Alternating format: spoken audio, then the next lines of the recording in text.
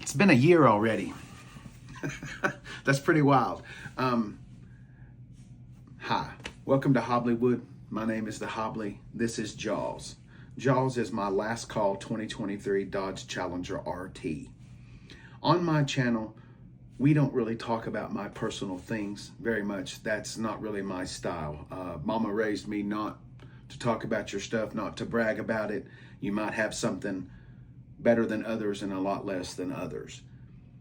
And that's just the way that I operate, so we don't talk a lot about my stuff. However, it's been 1 year of ownership with the Challenger, and I put almost 55,000 miles on it. So I figured we ought to talk about it for just a second. It's been phenomenal.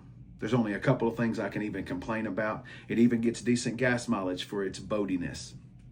As we all know, Dodge, they decided to cull this car and the Dodge Charger and decided to bring them into one. And I love the body.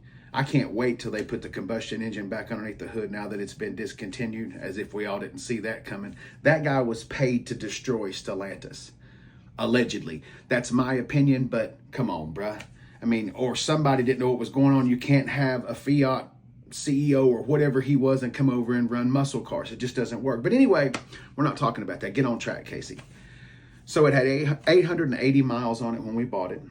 It had been on the lot for about a year. As we all know, those cars tended to sit. After their heyday went out somewhere around COVID 2021, something like that, it was all over with, but just the waiting then. There's even still some 2023 sitting on lots, but fully loaded. It is a fully loaded car. Matter of fact, the window sticker is right up here, and I'll take a second to show you. It was $53,585. Now, I am not saying that to brag about it. What I am telling you that for is I am one of these people that do not condone in buying new vehicles. I think that is a very silly proposition. Go ahead and buy your vehicle used. Let somebody else take the depreciation on it. However, in a situation like that right there, they wanted to get rid of that vehicle. So they made a really good deal. They made a lot of money on the finance end, okay? They didn't make a lot of money on the front end, but they made some money on the back end. So that's why I got that one. Also, at $54,000, it's got all the Zuzus, all the Wham Whams, and all of that. You cross over into Scat Pack money somewhere in there. And in those cars, people were willing to get cloth seats. I would have got cloth seats and well, the sunroof's a pretty important thing, but a lot of people would have taken the base model car to get the 6.4, the Scat Pack engine. This car is completely different. It's fantastic on the interstate. Doing what I do with the car, which is just 102 miles one way from Chattanooga, Tennessee to Nashville every day.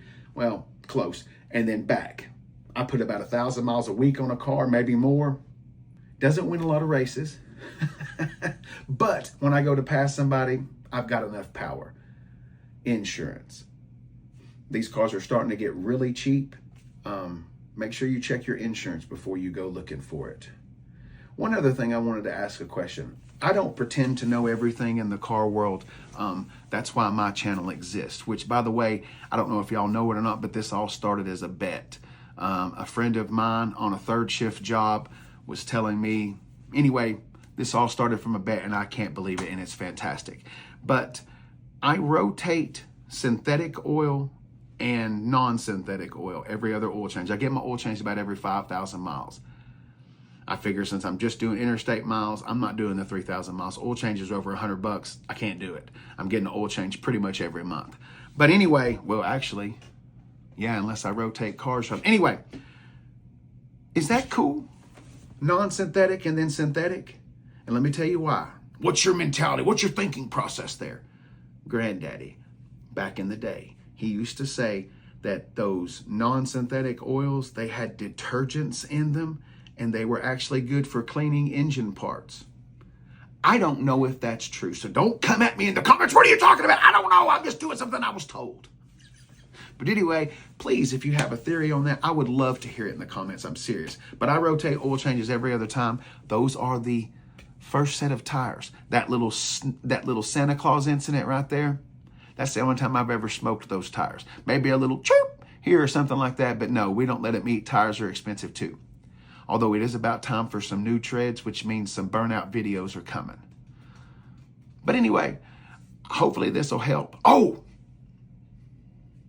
if you're going like 1 or 2, 3 miles an hour, okay, and you go to open up your door or something, it will sling the car into park all by itself. It actually really pisses me off because sometimes I'll be in the garage or something, you know, you're just moving something. I mean, it will literally, it's violent. Anyway, I don't like that. What else do I not like? We had to replace a windshield, but apparently that was a default. It just started cracking one day. No complaints. I know y'all were expecting me to say it's a big piece of crap and all that, but I won't and I don't. I just wanted to take a second and talk about my personal stuff. We won't do that again until probably about 100,000 miles. But thanks to all the new followers and everything. I can't say thank you enough. I hope maybe you'll learn something from me, and hope maybe I'll learn something from you. I don't pretend to be the car messiah. We just like cars. Thanks for watching. Have a hobbly.